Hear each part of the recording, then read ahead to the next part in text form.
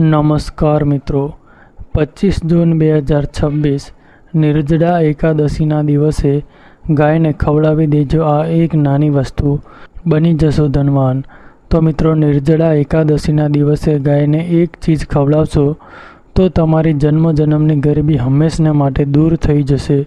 મિત્રો, જો તમે નિર્જળા એકાદશીના દિવસે આ એક ઉપાય કરી લેશો તો નિશ્ચિત રૂપે તમારા પર ભગવાન વિષ્ણુ અને મા લક્ષ્મીની અપાર કૃપા થશે।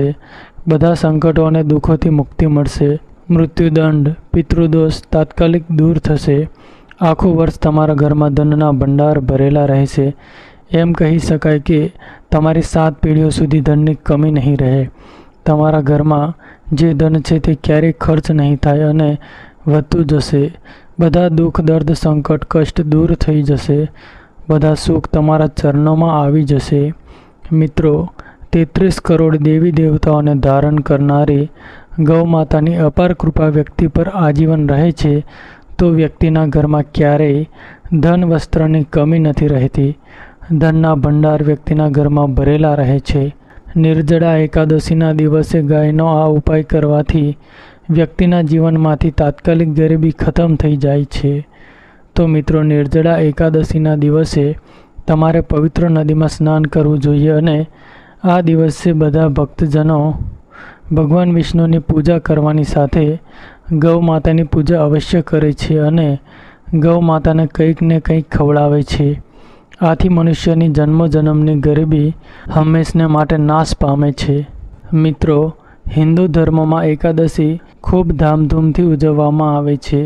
તેમાં સૌથી પહેલાં ભગવાન વિષ્ણુની પૂજા કરવામાં આવે છે, માતા તુલસીની પૂજા કરવામાં આવે છે, દેવી દેવતાઓની પૂજા કરવામાં આવે છે અને ગૌ માતાની પૂજા કરવામાં આવે છે। શાસ્ત્રો અને વેદ પુરાણોમાં સ્પષ્ટ લખેલું છે કે એકાદશીનો દિવસ એ શ્રી હરિ વિષ્ણુ અને માતા લક્ષ્મીજીનો આશીર્વાદ મેળવવાનો સૌથી સુવર્ણ દિવસ છે। ઘણી મહિલાઓ એકાદશીનું વ્રત રાખે છે। મિત્રો, જો તમે નથી જાણતા તો તમારી જાણકારી માટે જણાવી દઈએ કે જો કોઈ વ્યક્તિની કુંડળીમાં ચંદ્રગ્રહની સ્થિતિ સારી હોય તો તે વ્યક્તિનું ભાગ્ય હંમેશા તેનો સાથ આપે છે। તે વ્યક્તિ જે કાર્ય શરૂ કરે છે તે કાર્યમાં તેને સફળતા મળે છે। આથી એકાદશીને આપણા હિન્દુ ધર્મમાં ખૂબ વિશેષ અને ખાસ મહત્ત્વ આપવામાં આવ્યું છે। તો મિત્રો, જો તમે પણ ભગવાન વિષ્ણુ અને માતા લક્ષ્મીના આશીર્વાદ મેળવવા માંગતા હોવ તો આ વિડીયોને લાઈક કરી અને કોમેન્ટમાં જય શ્રી વિષ્ણુ અને જય મા લક્ષ્મી જરૂર લખજો। તો મિત્રો, હવે વિડીયોની શરૂઆત કરીએ। તો મિત્રો, ઘણા સમય પહેલાં એક ગામમાં એક વેપારી તેની પત્ની સાથે રહેતો હતો। શરૂઆતમાં તો તેની પાસે ઘણા પૈસા હતા। તે એ ગામનો ખૂબ અમીર વ્યક્તિ હતો। તેના ઘરમાં અનાજ ક્યારેય ખૂટતું નહોતું। તેની પાસે જે વ્યક્તિ આવે તે ખાલી હાથે નહોતો જતો। સમય વીતતો ગયો અને તેની પરિસ્થિતિ બગડવા લાગી। ક્યારેક તેની પાસે પૈસા ખૂટી જતા તો ક્યારેક તેને ખાવા માટે ભોજન પણ ન મળતું અને તેને દેવું પણ ઘણું થઈ ગયું હતું અને તેને વેપારમાં પણ ખોટ જવા લાગી। પછી તે દરરોજ નિરાશ થઈ જતો હતો। તેની પત્ની તેની આવી હાલત જોઈ ખૂબ દુઃખી થતી। પછી એક દિવસ એ ગામથી બહાર એક સાધુ પાસે જાય છે અને તેમને નમસ્કાર કરે છે। ત્યારે તે સાધુ તેને નિરાશ જોઈને પૂછે છે કે બેટા, તું એટલો ઉદાસ કેમ છે? ત્યારે તે વેપારી કહે છે કે મારો વેપાર સારો ચાલતો નથી। મારે ખૂબ દેવું થઈ ગયું છે। હું ભક્તિભાવથી ભગવાનની સેવા પણ કરું છું, તેમ છતાં મારી સાથે આવું કેમ થાય છે? ત્યારે તે સાધુ તેને કહ્યું કે તું એક કામ કરજે, નિર્જળા એકાદશીના દિવસે ભગવાન વિષ્ણુની વિધિ વિધાનથી પૂજા કરજે અને ગાય માતાને આ એક વસ્તુ ખવડાવજે। તારા જીવનમાં પહેલાં જેવી બધી ખુશી પાછી આવી જશે અને તારા આખા પરિવારમાં બરકત જોવા મળશે। તારી પાસે ખૂબ પૈસા આવશે, પણ તેના માટે તારે ગાયને આ એક વસ્તુ ખવડાવવું પડશે। તે વેપારી તે સાધુની વાત ધ્યાનથી સાંભળતો હતો અને કહેવા લાગ્યો કે હું નિર્જળા એકાદશીના દિવસે આ ઉપાય અવશ્ય કરીશ। પછી તે વેપારી તેના ઘરે જાય છે અને તેની પત્નીને બધી વાત જણાવે છે। પછી તે નિર્જળા એકાદશીના દિવસે બ્રહ્મ મુહૂર્તમાં ઉઠીને સ્નાન કરીને ભગવાન વિષ્ણુની વિધિ વિધાનથી પૂજા કરે છે અને પછી તે ગાય માતાને આ એક વસ્તુ ખવડાવે છે અને પછી તેના જીવનમાં પહેલાં જેવી બધી ખુશી પાછી આવી જાય છે અને તેનું જીવન ખુશીથી ચાલવા લાગ્યું। અને ગામના લોકો પણ કહેવા લાગ્યા કે તે વેપારીના ઘરે મા લક્ષ્મીના આશીર્વાદ વરસવા લાગ્યા. તો મિત્રો, હવે તમે પણ વિચારતા હશો કે આખરે એવી કઈ વસ્તુ છે કે જેને નિર્જળા એકાદશીના દિવસે ગાયને ખવડાવવી જોઈએ.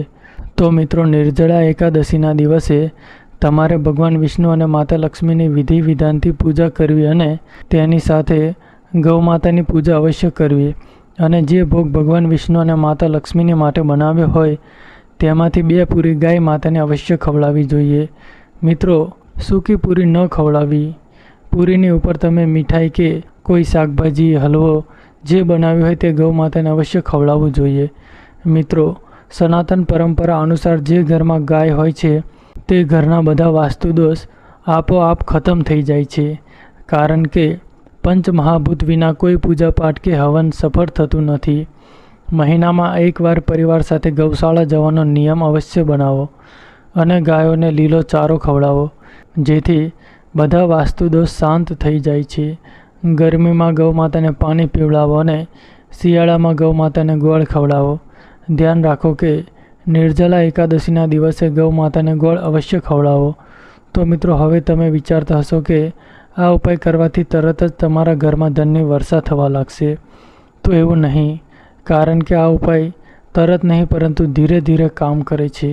33 કરોડ દેવી દેવતાઓને પોતાના શરીર પર ધારણ કરનારી ગૌ માતા સાથે જોડાયેલા ઘણા શુભ અને અશુભ સંકેતો પણ હોય છે. ગાયનું દૂધ દોહતી વખતે જો ગાય ઠોકર મારે અને બધું દૂધ ઢોળાઈ જાય તો તે અપશુકન ગણાય છે. જો કોઈ વ્યક્તિ યાત્રા પર નીકળે અને ગાય પોતાના વાછરડાને દૂધ પીવડાવતી સામે આવે તો નિશ્ચિત રૂપે તે યાત્રા સફળ થશે. ગાયનો અવાજ આવવો અને રાત્રે ગાયનું હોંકારવું પણ શુભ ગણાય છે.